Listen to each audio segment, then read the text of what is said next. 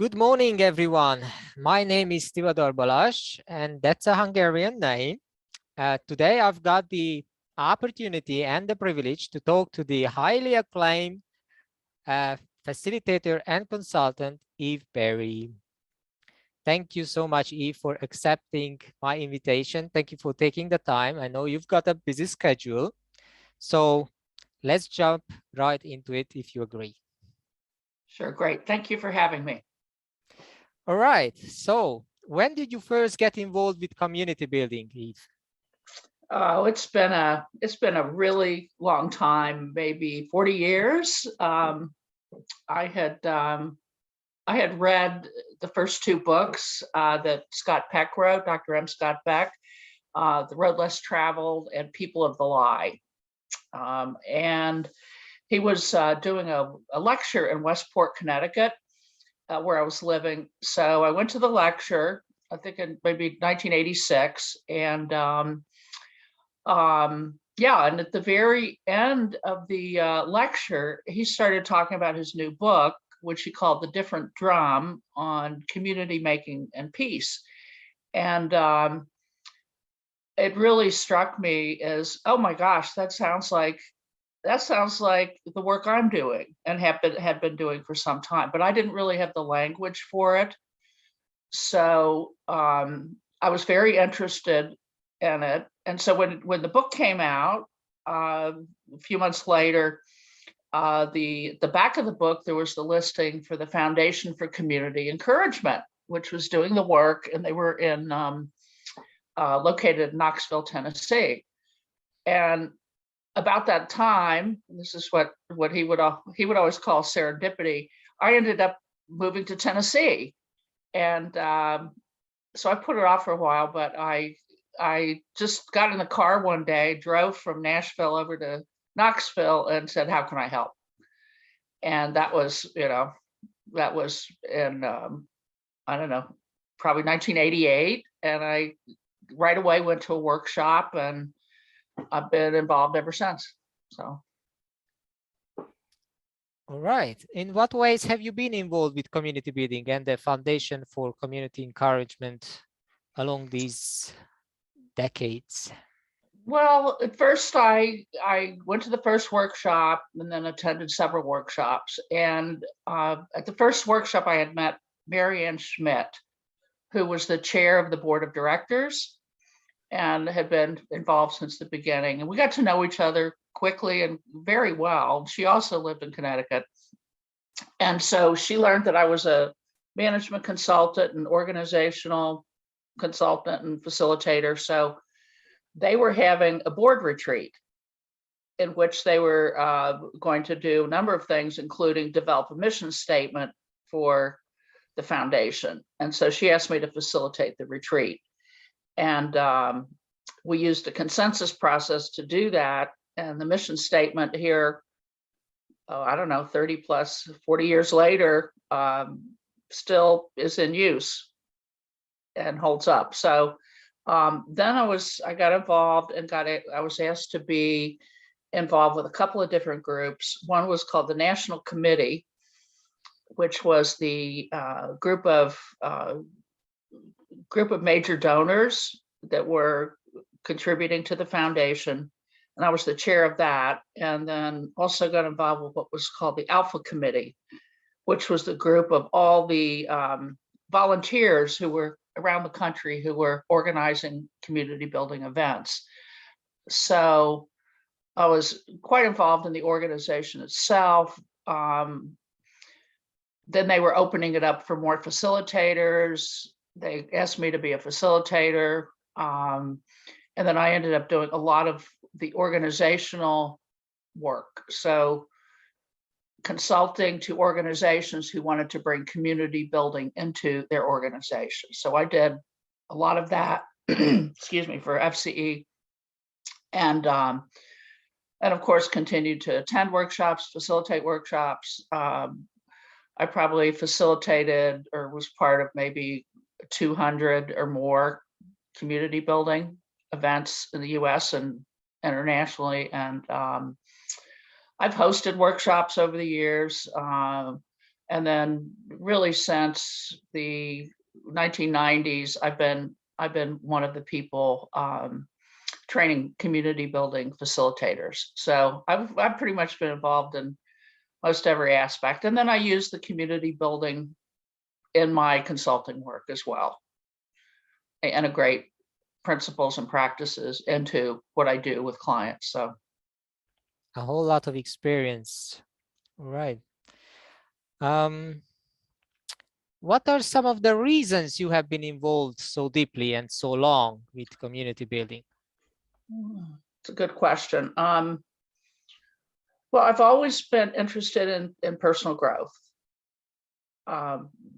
Really, as long as I can remember, and group process. So that was certainly something I learned.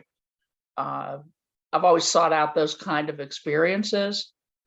So when I got involved with community building, it became clear to me right away that community building process, the stages groups go through, and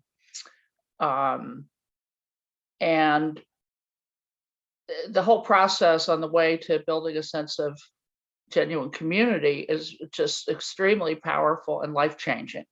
So that was evident to me, and was very intriguing. I hadn't seen things that were so effective with so little rules and structure and activities.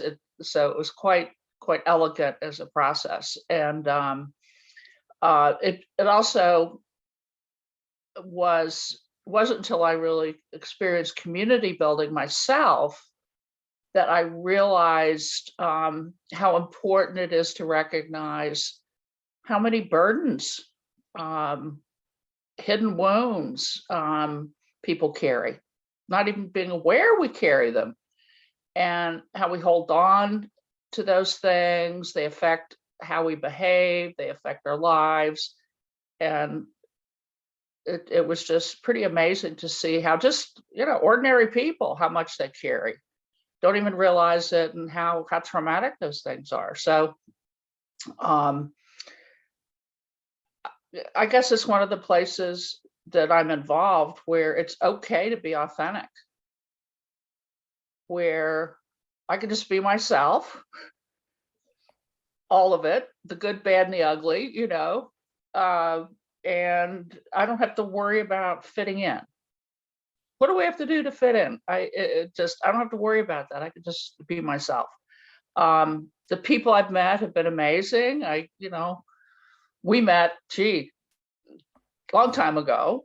And so there's just so many people I've met over the years. And I guess the thing that it's not commonality that brings me close to those people, it's the differences.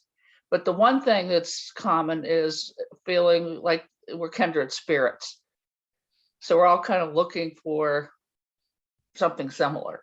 And probably the most important thing is I really value learning. And it's a place I always learn, I always grow. And I could go on and on, but that's probably enough for now. Yeah, you mentioned authenticity, and I think that has become a kind of buzzword nowadays, but it wasn't quite that back in the 80s. No, you certainly hear authentic a lot more. There's people out there talking now about the importance of vulnerability. People like Brene Brown and others. I think the word that's out there in the world also that is transparency. Everybody wants transparency. So it's easy to talk about transparency or authenticity, but it's a little harder to live it. So yeah, I think it's much more valued than it was back in the beginning. Right. What are the benefits of understanding the community building process and the skills involved? Well, I've come to see the community building process, the community building circle is kind of kind of like a living laboratory where this, I don't know.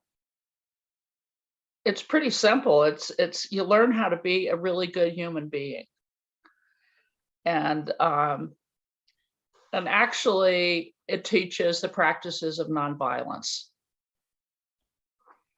So there are just not that many places where you can learn about those in a deep way over a short period of time.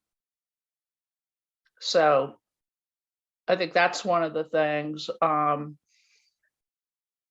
Just on a personal level, I've learned how to let go of things, how to, as we call it in community building, empty yourself of things I didn't even realize I was carrying. I mentioned that a little bit previously. Old patterns,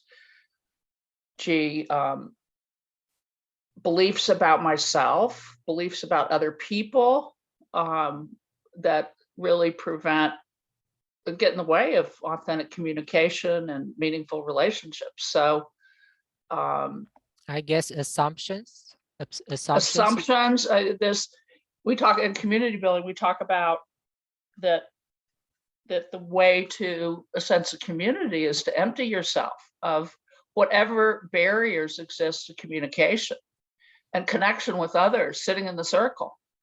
And when you ask yourself that question, all kinds of things come up. It can be assumptions, it can be judgments, it can be preconceived notions, expectations,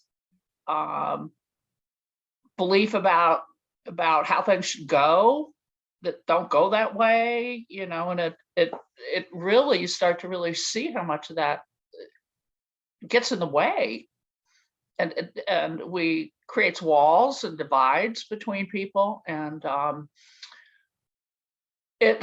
guess it's also really taught me about how do I really be emotionally present instead of being distracted and multitasking on my phone, how to really listen deeply, to be really understand what it means to be inclusive and non-judgmental. So inclusive and non-judgmental really go together. You hear the term inclusive, what does that really mean?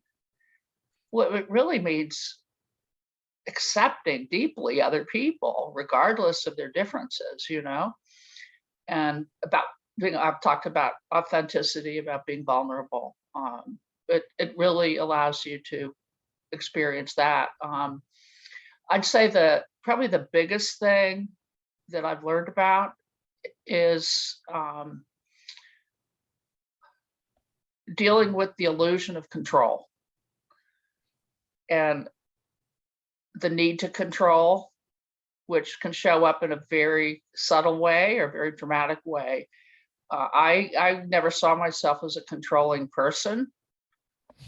I'd kind of go with the flow and everything. And then I came to realize all the ways that I control myself. I try to control other people, even in ways like, for example, me trying to be so helpful to other people can be a way of controlling others or because you are giving not advice allowing to people.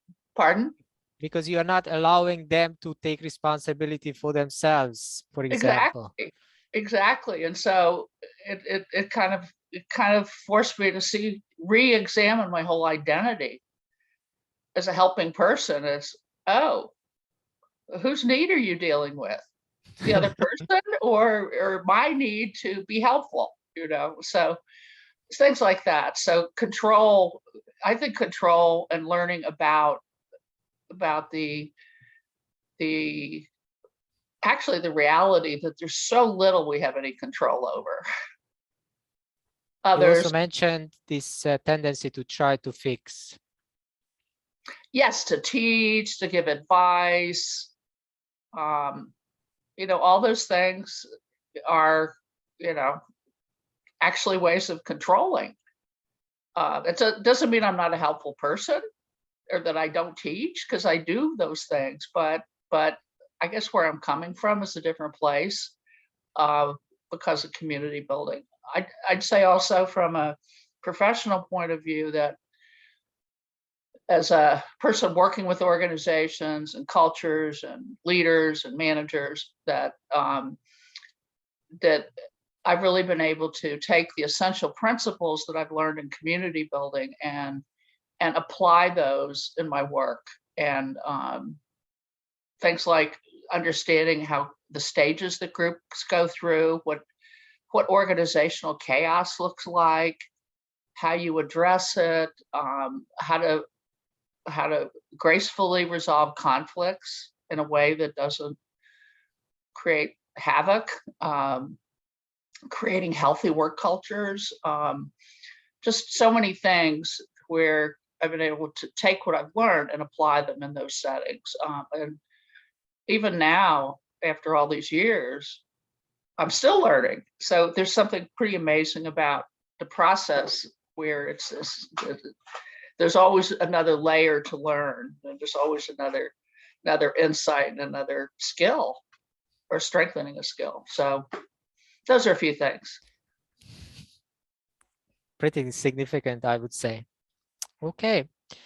I know since COVID, in-person community building workshops have shifted and have moved into the online space. What differences have you found between the online and in-person workshops? Well, of course, with an in-person event, sitting in a circle with 30 to 50 people or however large the group is, you've got that physical closeness. If you're in a workshop for a weekend or 3 days or whatever it is, you have lots of opportunities to connect with people over lunch, dinner, on breaks. So there's a kind of camaraderie in between the spaces, because you're always building community, whether you're sitting in a circle or not. So there are lots of opportunities to do that in person you don't have in an online environment.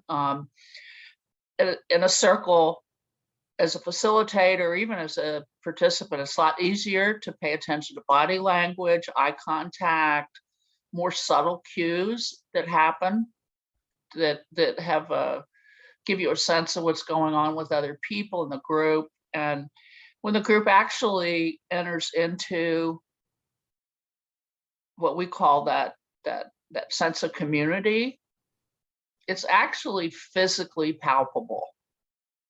You can physically sense it, kind of like a tingling in the air. I don't know how to describe it, but it's quite remarkable.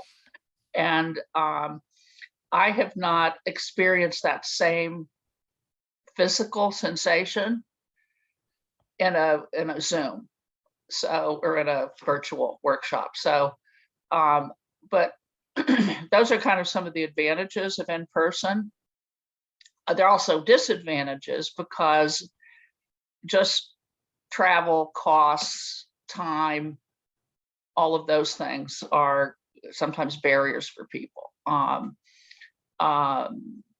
Virtual environment, it's more convenient. You can just hop on your computer. You can, we've been doing a lot of this since the COVID times, and we've had people from all over the world be a part of it. So it's a little harder to do that, to get people together in one location, in one space and time, from all over the world. So that's been a really amazing aspect of it. I guess the other thing about the virtual environment is it's pretty hard to spend the same amount of time on Zoom that you can sitting in a circle. Zoom fatigue, whatever you want to call it. But so the amount of time is reduced, and it does take a certain amount of time for the group to reach community. So if it reaches community, and almost always it does, not always, but very often it does. There's no guarantee, as we say, but when the group on a Zoom does experience that, it's a pretty close approximation to community building live, if you will. Um, and so it's really a mixed bag. There's pros and cons of either modality. I think especially during COVID, with so many people feeling isolated and unable to connect with others, it's been a real challenging time. I think it's been extremely helpful for people to be able to have that experience, even though it may not be exactly the same as being in person. Do you think people can, in some cases, feel safer in an online workshop? Yeah, I think it's really, there is some truth to that, is that there is something to that. I know in my experience over the years working with people in groups, people tend to be nervous in big groups. I've gotten over it because I've done it so much, but most people are very nervous, even in a small group. There's something about being in a group that gets people nervous. And I don't know, maybe it's because virtual environment is in some ways like social media a little bit, and chat rooms, and there's the physical barrier. I mean, the barrier meeting, there's a computer and distance and everything. People do feel safer. So I think there's something to that. All right, thank you. I understand that you are about to publish your book about community building this spring. Yep. What do you cover in the book, and who is it for, Eve? Well, it's the book is called Building True Community, 30 years down the road less traveled. Looks like it'll be out in April or May of 2022. And I've been working on this book for a long time. And especially after the last several years and the kind of incredibly divisive political environment that we've been in the US, it just seemed pretty important to get it out there, because it is, it's really for anybody who's interested in building meaningful relationships and authentic relationships, and really at a time when, well, this probably is always the case, but we're especially fragmented and divided right now. And so it's really for anybody that cares about those kinds of things and is interested in a way. It's not the only way, but certainly it's a way that you can help bridge those differences. Scotty, I was good friends with Scotty because we both lived in Connecticut, and I got very involved. And so I ended up spending a lot of time with him over the years. And he had written A Different Drum pretty early on, before the foundation had done a whole lot of community building and had done a whole bunch of work. And so not that much has been written since then about the process, about facilitation, about how do you apply the principles in everyday life, whether it's in relationships and families and communities and society and organizations. So it kind of covers some of those gaps. There've been several books, but not very much. And it covers the basics of the community building process. Is some of that is similar to what Scotty talked about in the different drum. It also includes a fictionalized actual workshop, so you can participate in a workshop by being in it, not just talking about it, but seeing the kind of dialogue and the kind of things that happen in a workshop. It's fictionalized, so no confidentiality broken here. And I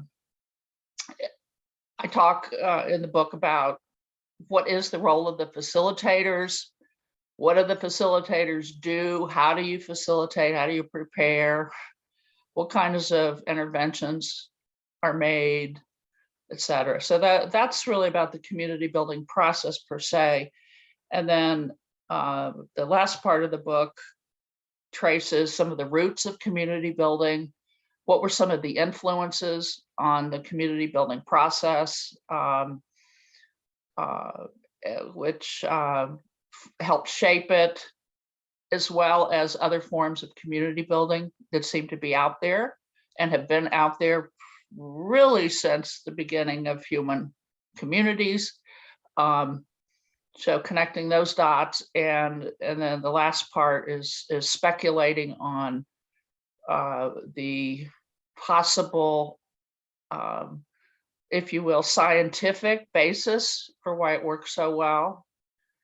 I know we always say that community is a gift of the spirit, which I have experienced. I'm also wondering if it also has some science to it. So I tie in some of the knowledge that we have about the subatomic world and physics and neurobiology and things like that. So anyway, that's what it's about. So. And when is it due? This spring, or? Yeah, it's at the publisher right now. I'm not sure how long they take to do the production piece. So. Okay. So just if I may add a note, the minute I heard that you have a book coming out, I knew that I want to have the book.